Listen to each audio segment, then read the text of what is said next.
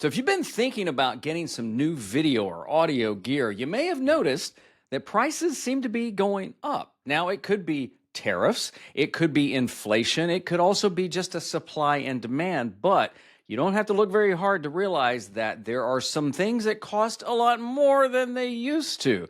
But here's the cool thing is you can actually still create and watch your budget. In fact, you don't even necessarily have to spend a lot of money to keep creating. So that's what I want to talk about in this video. Hey there, Kevin Colby here. So yeah, the question is, well, how do you make videos, especially when gear prices are going up and you need some kind of gear? Well, step back and think about this. Gear can help you create, but it doesn't make you creative. That's inside you. Whatever story you have, whatever you want to share, it really doesn't matter whether you're building a business, whether you have a nonprofit, whether you're a solo, what do you call them, solo entrepreneur, solopreneur, you're a content creator like me, whatever you want to do, what is the story you want to share? What is it you want out there? Focus first on that before you get wound up into what the gear is. Because here's what happens a lot. You go on YouTube and you don't have to look very hard before you realize, oh, there's a new piece of gear out. There's a new camera. There's a new drone. There's a new gimbal. Let's just talk about cameras for a second. You don't have to look very hard to know when there's a new camera out. And it gets very exciting. And I'm not going to lie, Canon has a brand new camera out. They've actually released two that I think look really good and intriguing, especially for anybody that even is a beginner creator. But right now, there's word that that's going to keep going up, right? But here's the thing, and thankfully, most creators reveal this, but a lot of the videos you may see that are reviewing those, that gear is sent free to those creators. Now, if they're not revealing that, shame on them, but most do. They'll say, hey, Canon has sent me this camera. Sony has sent me this camera, DJI has sent me this camera, but that's important to know. A lot of these guys are giving you, hopefully, their honest opinion, but they're not going out and buying it yet. They may buy it later.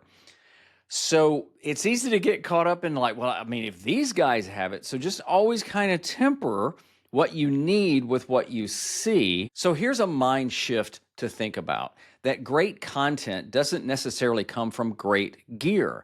Yes, I realize that sometimes having better gear, however you define better, can help you create other things. But it's also easy to think that I can't create unless I have blank. I see it all the time in the comments. I really want to create content, but all I have is my phone. There ain't nothing wrong with a phone. Here's an example. So for years, I worked for a Fox TV station, and one of our shows at the time was House. Great show. And I don't know what House was shot on, but like most TV productions, they're using really high-end cameras. There was an episode of House where they decided to shoot the bulk of the video on a DSLR camera, not even a mirrorless camera, a DSLR camera. Now, part of that was because it had to do with this building that collapsed and this person was trapped under and House had to get to them. It was a really good episode. So they decided to shoot it on a DSLR. This is a hit Fox show, major network, seen around the world, and they still shot it on a DSLR. There is a director, I think it's Steven Soderheimer, is that his name? Who has decided to start shooting on iPads and iPhones. Because what they've realized is that the creativity, your creativity, shouldn't be bound by the gear you use. So it is like a mindset that you have to get into. And also the thinking that certain gear is going to make things perfect. Not necessarily. Sometimes the newer gear has quirks out of the box, or there's got to be firmware updates, and that can happen as well. But if you change your mindset to be focused more on the message and the creating, I think that's going to help you. So I'm going to make a bold statement, even not knowing you that well. You probably have more than enough right now to get started.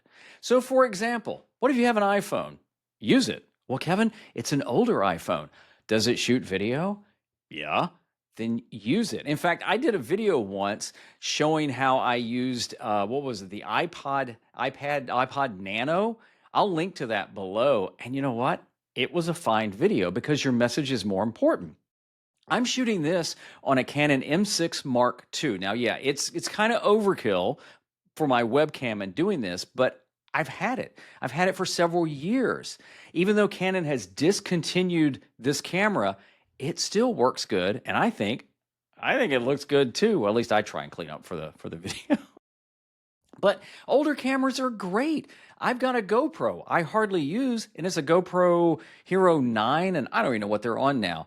It still turns on and it still shoots video. Think about lighting. Lighting is important. I have a light here, but use natural light. Thank you, God, for the natural light. You can always work around that. Even free editing software, like if you're on a Mac and you don't know how to edit, use iMovie. It comes with the computer after you pay for the computer. And there's other free programs out there as well, both online and you can get on your computer.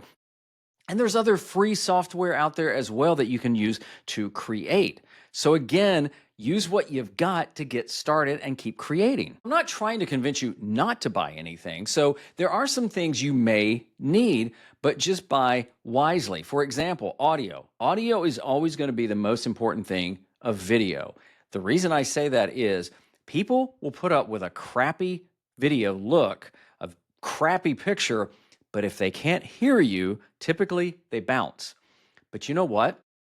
You can pay like $30 and get like a little lav mic. No, it may not be a high-end mic, and there might be some pros out there that go, shame on you, but don't even listen to them. A $30 lav mic can have a good sound. Sometimes it just plugs right into your camera or your computer or your phone, and that will help you. You can also look for used gear and refurbished gear. Now, you got to be careful because a lot of times what happens is some guys will start jacking up the price. Like, for example, a camera I used to have years ago, still wish I had it, was a Canon G7X Mark III. Great little camera, and I think it sold for around $799, which is about what it's worth. Well, for a while, you couldn't get them because Canon, I don't think, was making them anymore, and I saw them online for $1,100 and $1,200. And it's not worth that much. Recently, I've seen it back to $799, which is what it should be. But check out refurbished places. One of my favorite places is Gear Focus, but you could also check MPB or KEH. I'm not a fan of Facebook Marketplace, but you can get used deals like that. Now, I haven't done this, but another option is rent gear. Hopefully, wherever you live, there might be a camera shop around. So if you go there, they may have a camera or a light or a mic that you can rent, and then even see if you even like it before you want to buy it. And then, just consider budget-friendly brands. There's some out there. I like Small Rig. I like Ulanzi, and a lot of these are like accessory type things. So there are some ways to buy and still save some money so you don't go broke trying to create. Now think about some of the creative workarounds too. Did you know you can use a shower curtain, a sheer shower curtain or liner as a diffuser for a light? So a lot of times these LED lights are too bright. I mean, even a lamp you might buy at a store, but if you hang a shower curtain over that, make sure the light's not going to get too hot to melt it. That will help diffuse it. Do you have an iPad laying around? Use that as a second camera. And let's say you have an iPhone, but you don't want to buy a tripod or they're too expensive. Just stick it up on some books or something like that. Make sure it's not going to fall. And those can be creative workarounds about the gear you don't have or can't buy yet to keep you creating. And another thing, if you're looking to buy, don't hesitate buying an older model. Like one of my favorite cameras is the DJI Osmo Pocket 3. And right now, the price has gone up hundreds of dollars more than what I paid for it. As much as I really love that camera with a big heart love emoji, I wouldn't pay what they're asking for now.